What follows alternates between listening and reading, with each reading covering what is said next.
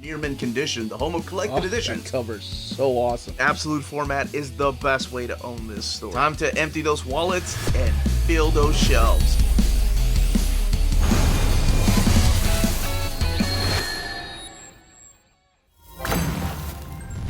Hey, all you mentees. Welcome to Near Mint Condition. I am the Uncanny Omar, and today we are going to be talking about the Darkwing Duck F.O.W.L play, hardcover and trade paperback from Dynamite. So let's go ahead and get started.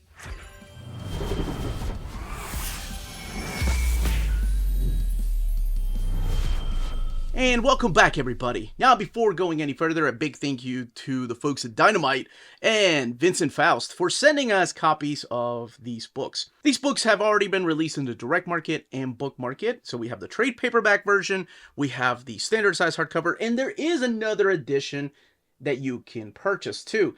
And that is the signed hardcover edition. And that's one signed by the series writer Amanda Dibert. So there's 3 different ways you can get it. So we're going to look at both of these and see a quick comparison here in a little bit, mainly looking at the hardcover though. But it is available in a trade paperback, and it is a standard size hardcover, meaning that the trim size of the paper is the same size. But the trade paperback has a different cover by David Nakayama. David Nakayama also supplying the cover there for the hardcover. And here's what the spine looks like, and then the back of the book. And this actually has like a purple tone to it. And then the differences here in the spines. Disney up at the top, Darkwing Duck, F.O.W.L play, Dibert Lauro, and then Dynamite Volume 1. Dibert Lauro down here and Dynamite 1 there. So it's a little bit thinner. We'll look at the comparison here in a little bit internally, but let's take a look at this quick. It is art on board. And it does have a glossy finish to the board itself. And we saw what the spine looked like in the back of the book retailing for $24.99. Here's praise for Darkwing Duck, the first collection of Darkwing Duck's all new adventures. So this is the new adventures of Darkwing Duck from, again, Dynamite. But it's not the first time we've seen Darkwing Duck in comic book format, nor collected in a collected edition. Because Fantagraphics has been releasing these classic Disney Afternoon collections as part of the Disney Afternoon Adventures, and the first volume of course just features Darkwing Duck amongst others, but also Boom under their Kaboom imprint released some Darkwing Duck adventures. This actually was later reprinted with new dialogue from Joe Books, and they actually had a crossover with DuckTales. And speaking of Joe Books, they were the last ones right before Dynamite to print some new adventures featuring Darkwing Duck. Now, I'm hoping one day this stuff gets collected by Dynamite. That would be so awesome just to have it all, the classics and the new stories. But today we are focusing on this new story. So we have Darkwing Duck, a bunch of rubber duckies falling there, covered by David Nakayama, F.O.W.L play, Amanda Dibert, Carlo Lauro. And I got to interview Amanda a couple of weeks ago. And she just told me her whole story about how she got started acting and then writing in comics, and the Dynamite logo there. We're going to crack this open and showcase the artwork and talk quickly about what the stories collected in here are like. Okay, let's go ahead and crack the book open and talk about what is collected in here. So you have Darkwing Duck right there. I love that title page. I love the way that his cape is just right there mixing with the night because of the color tones. And F.O.W.L, Darkwing Duck. And here's the script by Amanda Dibert, Carlo Lauro doing the art and the coloring, Jeff Eckelberry doing the lettering, and then other, of course, credits for the collection artists and designs. And then the folks at Dynamite and issue number 1. So collected in here is Darkwing Duck issues 1 through 6. You get the cover with this frame around it and the cover artist right there. So we return with the Dark Flight returns. And here he is standing on top of a rooftop, just giving himself the narration like he always does, the terror that flaps in the night, that stuff. And that is, of course, Darkwing Duck. Launchpad coming over from the DuckTales series, and then in the cartoon even, you know, he was part of the Darkwing Duck supporting cast, and his adopted daughter right there, Goslin. So they're standing on top of the rooftop, and Launchpad is coming up there, and he's like, "Hey, Mr. McD, sorry, that's what he calls Scrooge. Uh, hey, Darkwing, everybody's waiting for you." And you think that it's going to be like a Darkwing celebration or a Darkwing Day kind of thing, but it's just part of this like city council meeting that they're having, and he's like, "Oh, I'm running late." But it was cute because Gosalyn's like, "Well, I could have streamed it if you let me buy a cell phone." And he's like, "You know how much I hate cell phones." And then over here, everybody has their cell phones out. And he's like, "Yes, yes, get the cell phones out and make sure you capture my good side." Oh, wait, they're all my good side. So I think right off the top, like, Amanda really captures the voice of Drake Mallard or Darkwing. Like, she's got that cockiness down. She's got the dad jokes down.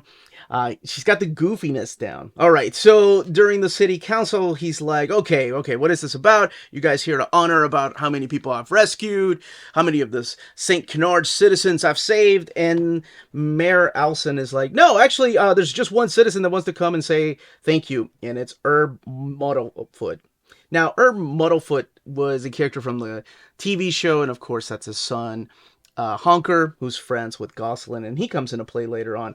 Anyway, everybody's got their cell phones on, and Herb's like, "Hey, thank you again for saving." It almost becomes like an infomercial, "from saving me because I was in the middle of this Tupperware parties," except they call it Quakerware parties. Anyway, that's what he's selling, so it almost feels like an infomercial. But anyway, what ends up happening is Megavolt comes in and starts taking over people who are using their cell phones, and it's pretty much everyone, because everyone has a cell phone, with the exception of, that's right, Gosalyn. See, there's a lesson to be learned here. She never had a cell phone, so she puts together that it's Megavolt that is taking over people, so her and Hunker get together to try to lure Megavolt back so he can undo this. Meanwhile, Launchpad is flying around the city with Darkwing trying to capture Megavolt, and it really feels like an episode of the cartoon. Both the art and the tone of the dialogue. Like, it really does sound like Launchpad, whether he was in DuckTales or whether he was in Darkwing Duck. And the only thing that was missing really are like the Gosalyn catchphrases, but then again, this being something that has been modernized, I don't know if she would still say things like that, because we are talking about cell phones. I mean, later on, she does use a couple of her old school catchphrases.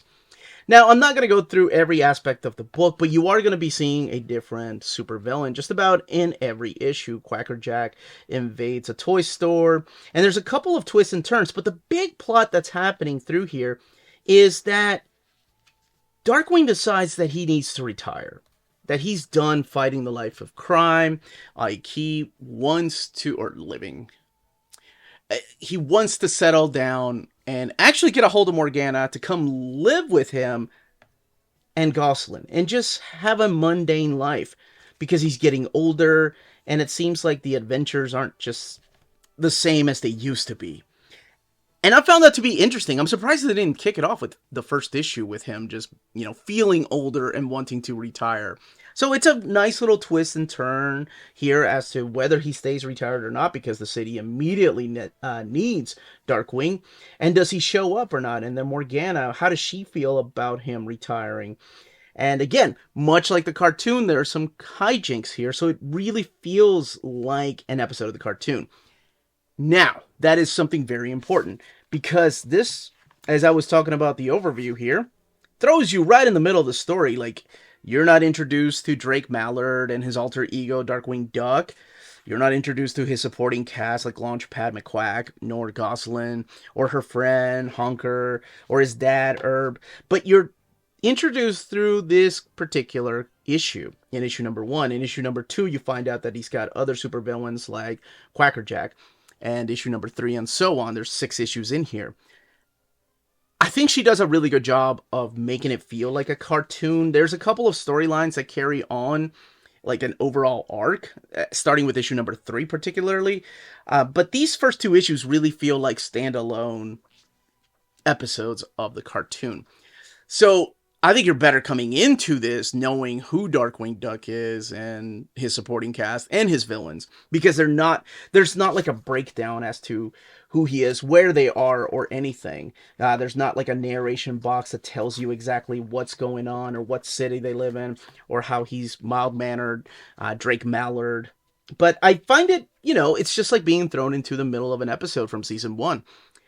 So she does a good job of reintroducing the characters, but it does help to know them ahead of time because, slowly you can put the pieces together, and I assume most people that are reading this stuff are coming into it because they're fans of the cartoon. But in case you're thinking about getting your kiddo into Darkwing Duck, definitely know that ahead of time. This isn't really the best introduction to the character. And speaking of kiddo, this definitely feels like an all ages book. Like anybody can be reading this.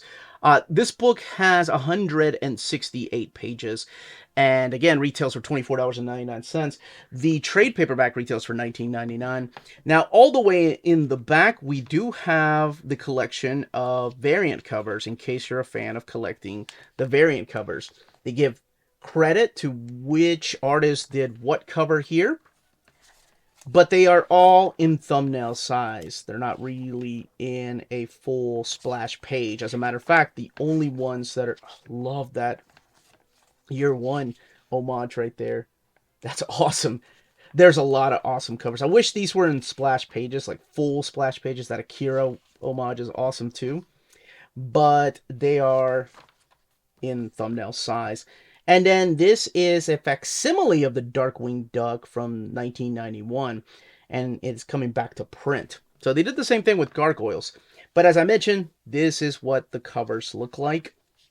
It's just a frame, and then the variant covers all the way in the back are thumbnail size. Now, a quick comparison to the Darkwing Duck trade. Oh, actually, let's talk about the binding.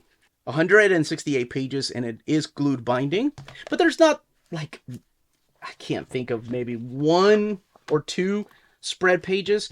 Now, as far as the... yeah, let's go back here and look at the differences. Trim size of the paper is the same. The paper stock, let me see. Actually, it's just a tiny little bit thicker in the hardcover collection, just a little bit. There's still very minimal bleed through happening from both sides, but yeah.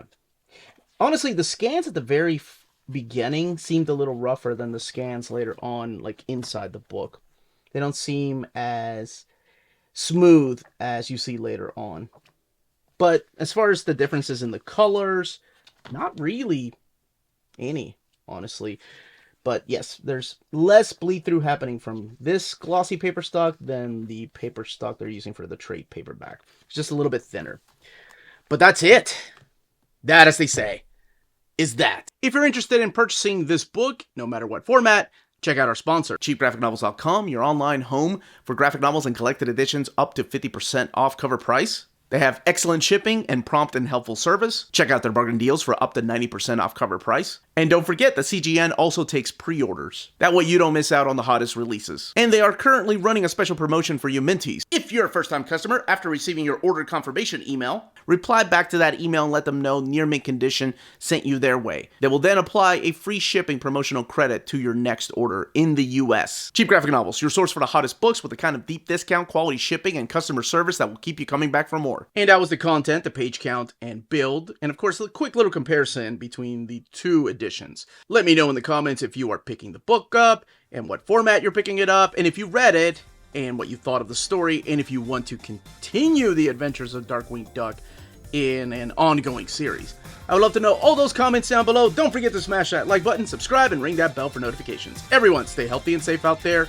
Much love.